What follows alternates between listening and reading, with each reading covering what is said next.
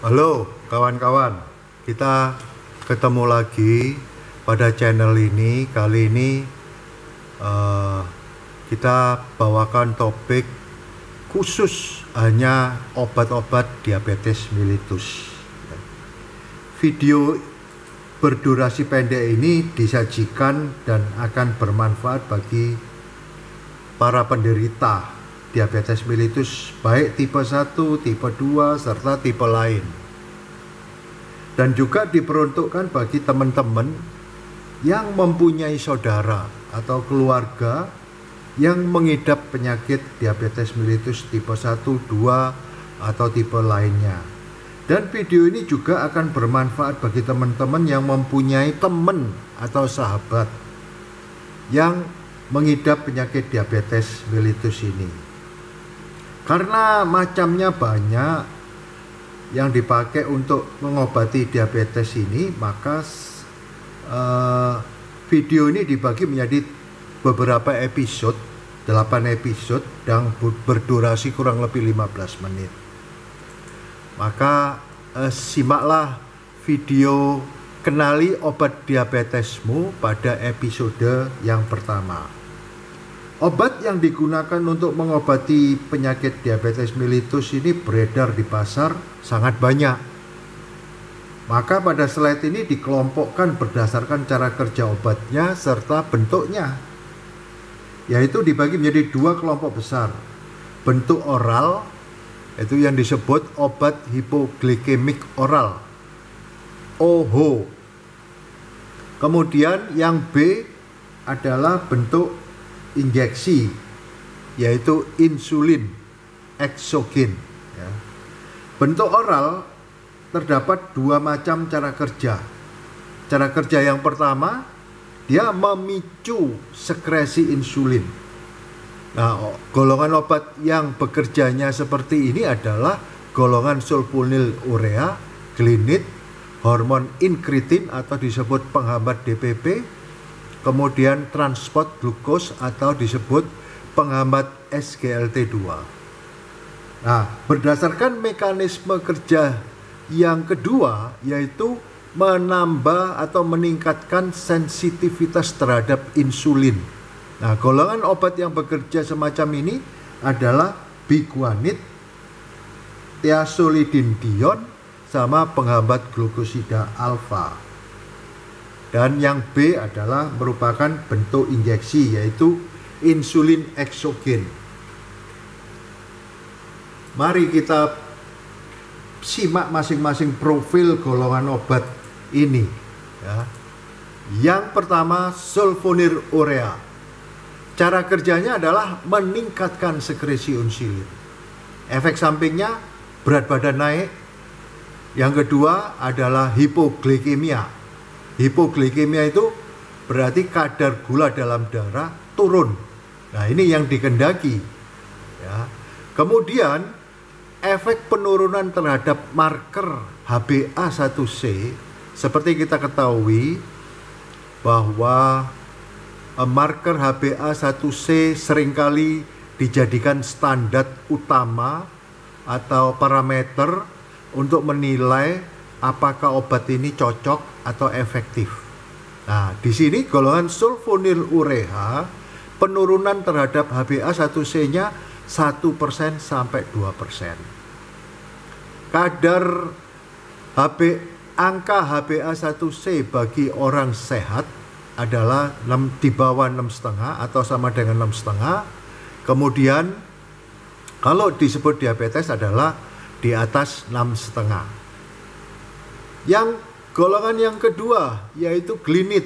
Mekanisme kerja utamanya adalah meningkatkan sekresi insulin. Efek sampingnya sama, berat badan naik, serta hipoglikemi, dan efek penurunan HbA1c-nya sebesar 0,5 sampai 1,5%. Dan golongan yang ketiga yaitu biguanid. Biguanid ini memiliki kerja 2. Yang pertama, menekan produksi glukosa hati, Jadi glukosa tidak diproduksi oleh hati sehingga kadar glukosa di dalam darahnya menurun. Kemudian yang kedua, meningkatkan atau menambah sensitivitas terhadap insulin. Jadi insulin yang ada di dalam darah bekerja membantu membawa glukosa masuk ke dalam sel. Nah, efek samping utamanya adalah dispepsia. Dispepsia ini adalah gejala rasa yang tidak nyaman pada perut. Misalnya perut terasa penuh dan kembung. Kemudian efek samping berikutnya adalah diare dan asidosis laktat. Apa itu asidosis laktat? Asidosis laktat adalah kadar asam dalam tubuh sangat tinggi. Nah, tanda-tandanya napas pendek, sakit kepala, dan pH-nya di bawah 7,35. Itu tanda-tandanya.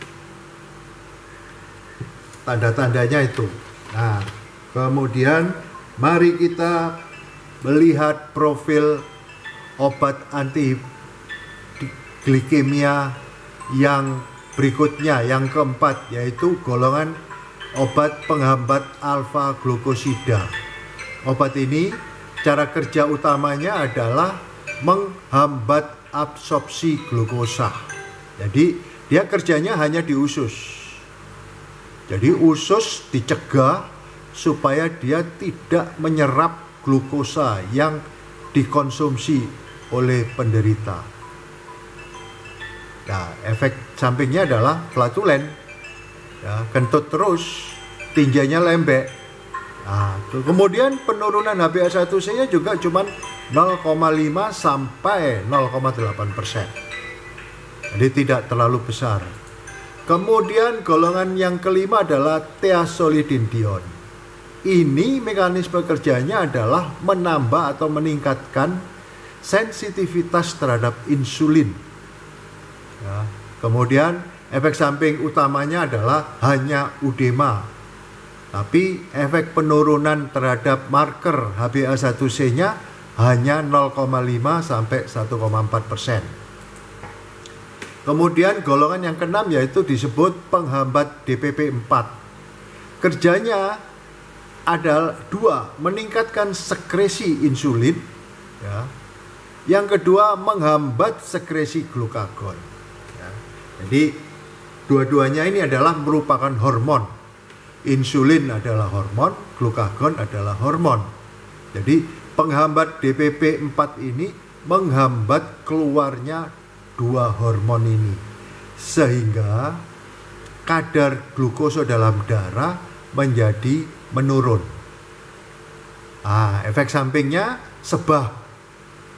Sebah ini ya perut terasa tidak enak, penuh, tertekan, kemudian rasa muntah, ingin muntah, ya. Serta efek penurunan terhadap HbA1c-nya cuma setengah sampai 0,8%. Oke, kemudian yang ketujuh, golongan penghambat SGLT2. Ini kerjanya menghambat penyerapan kembali glukosa di tubuli distal ginjal. Jadi, obat ini bekerja pada ginjal. Pada ginjal kerjanya. Kalau yang lain-lain tadi meningkatkan sekresi insulin, berarti dia bekerja pada pankreas. Ya. Dan golongan obat penghambat SGLT2 ini efek sampingnya dehidrasi. Ini yang cukup berat, yaitu infeksi saluran kemih. Yaitu bisa muncul infeksi pada saluran kemih. Ini yang tidak mengenakkan buat pasien. Dan efek penurunan HbA1c-nya juga 0,8 sampai 1%. Ini adalah contoh obat sulfonylurea. Jadi yang termasuk golongan sulfonylurea itu adalah ini, yang isinya atau zat aktifnya chlorpropamid, nama dagangnya Diabines. Ini adalah merupakan obat patennya, obat aslinya atau obat originatornya. Yang kedua, ini contoh obatnya. Kemudian yang kedua, zat aktifnya glibenclamid. Ini Daunil originatornya. Yang ketiga, gliclazid diamikron. Originatornya adalah ini diamikron, isinya gliclazid. Ini gliclazid. Kemudian Gliquidon, nama obat dagangnya Glurinorum. Originatornya, ini obatnya. Kemudian Glipisid. Di sini ada dua originator.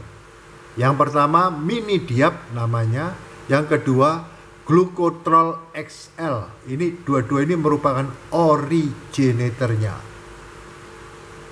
Ini contoh obatnya. Ya. Selanjutnya Glimepiride. Nama dagangnya Amaril. Ini obat cukup terkenal ini, Amaril ini. Pasti dipakai banyak orang. Ini merupakan obat originatornya. Ya. Semua obat-obat ini sudah masa patennya, masa perlindungan terhadap patennya sudah habis. Oleh sebab itu bisa dibuat oleh perusahaan lain.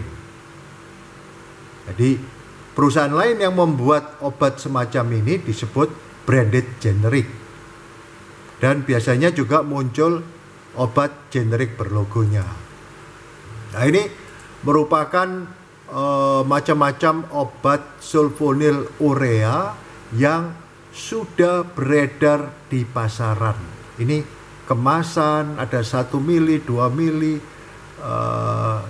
Untuk glibenclamid ada yang 5 mili, ada 10 mili. Ini demikian banyak obat ini tersedia di pasaran. Ini jadi banyak sekali. Ini contoh kemasannya. Ada gliclazid generik, ada glibenclamid generik, dan glipisid. Kemudian ini Amaril. Ini contoh kemasannya. Actaril, ini isinya Glimepiride.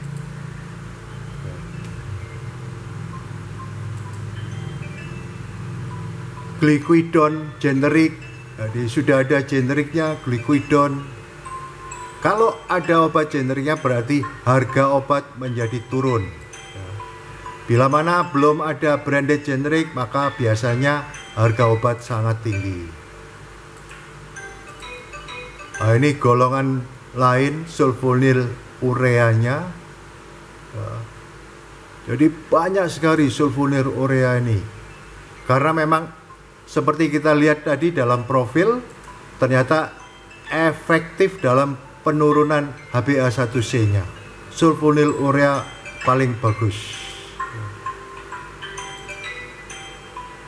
Ini sulfonylurea, jadi masih banyak sekali sulfonylurea. Oke, masih banyak lagi informasi yang bisa didapat pada video ini. Oleh sebab itu, silakan lanjutkan menonton pada episode kedua. Dan bila mana bermanfaat, maka silakan subscribe supaya Anda mendapatkan notifikasi bila mana channel ini mengeluarkan episode yang baru. Terima kasih.